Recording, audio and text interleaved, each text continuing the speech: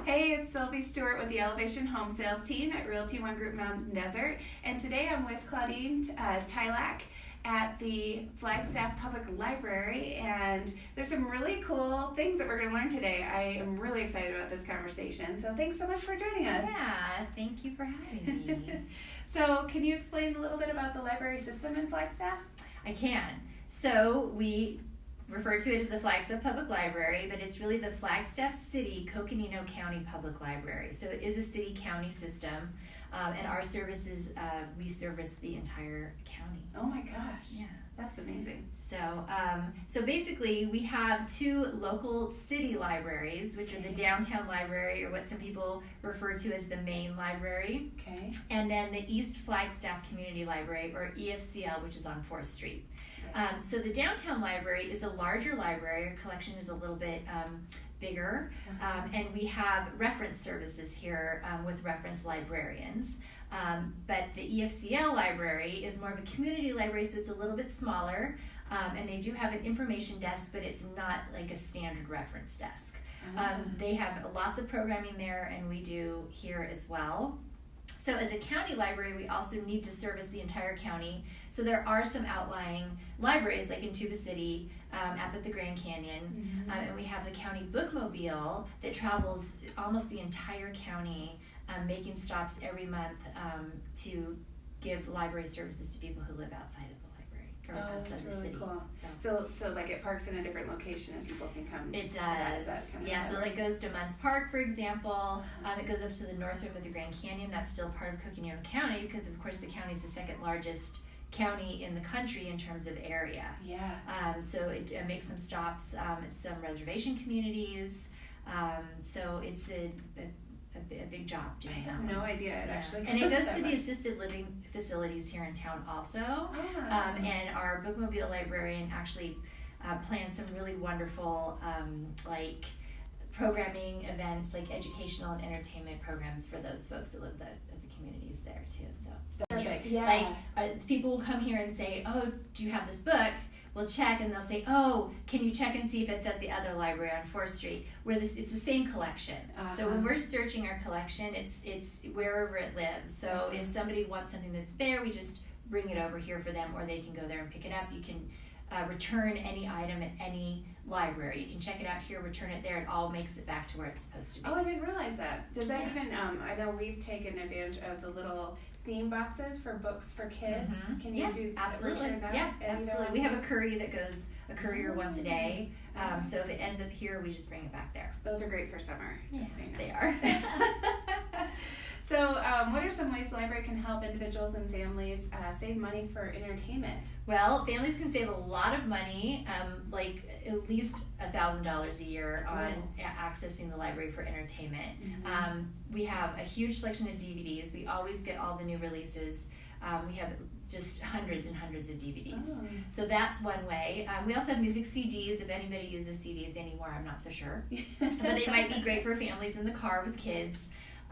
We also obviously have tons of books, and then we have great programming. So we have like a family pajama story time. We will have intergenerational programs here, craft activities to do. We're starting to do First Friday Art Walk, things that are open to families. We have educational programming, adult programming. We have book clubs. And most of them are family friendly, so that you can always bring your family to do something. And what kid doesn't love to come here? They don't know the difference between coming here really and going and doing something that costs money. Other ways that people can save money is we have a huge downloadable collection. So we call it our digital collection. And so people are spending a lot of money on Audible when they can just do that all for free here. I just encountered a mom who said, "Wow, I'm spending over $100 a month between myself and my husband and our kids for audiobooks through Audible."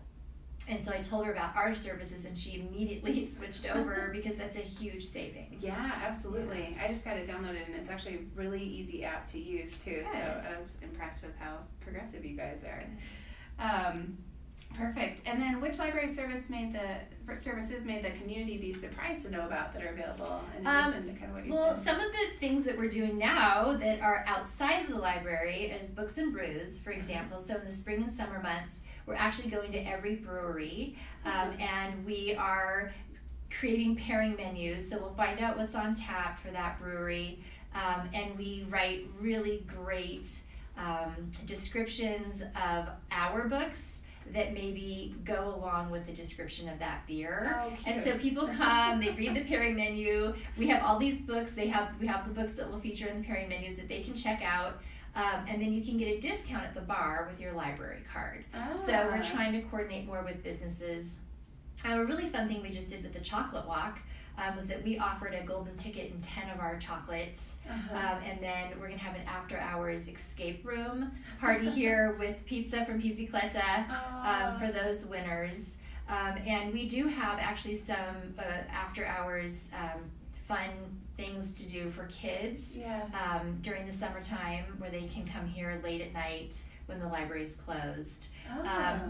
So we also have like stitching by the book. So over at EFCL, if people are interested in knitting or crocheting, we have somebody who's skilled in that, and we'll have books available that we have in our collection, and people can sit and stitch together. Oh my goodness. So we have that.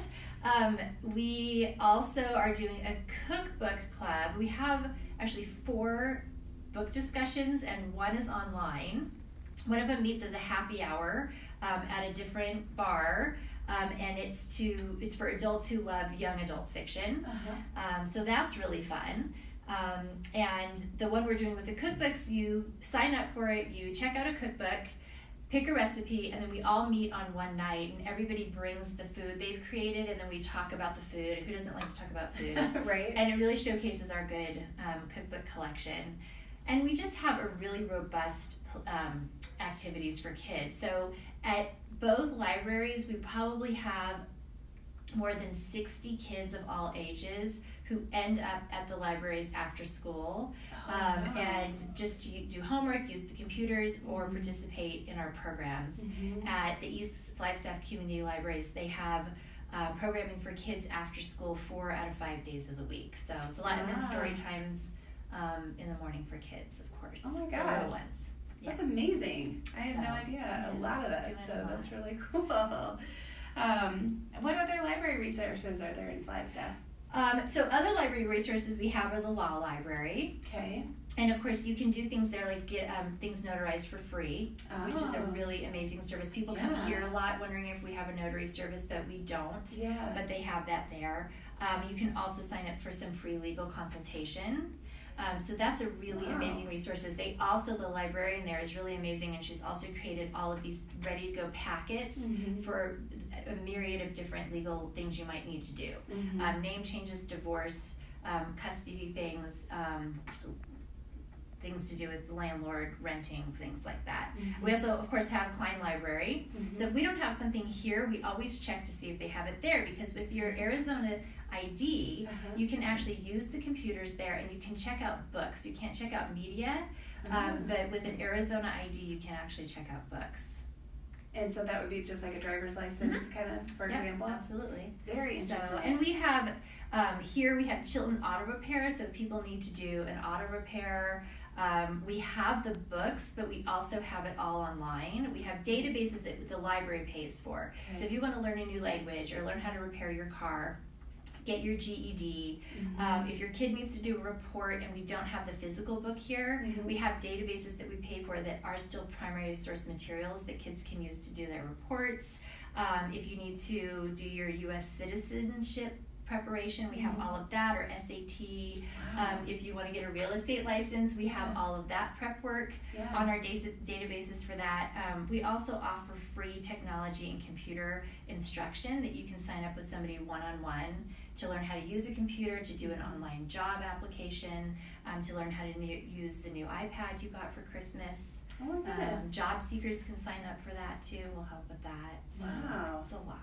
Oh my goodness. I think it's safe to say none of us are using this resource as much as we could. So this is all great information. Is there anything else you'd like to add that we didn't get a chance to cover? I think that's it. We love to have people come down here. I think that it's important, like you said, like people aren't maybe using it enough because they aren't aware of how much we offer. Yeah. The library keeps up with every technology and resource that comes available for people. Yeah.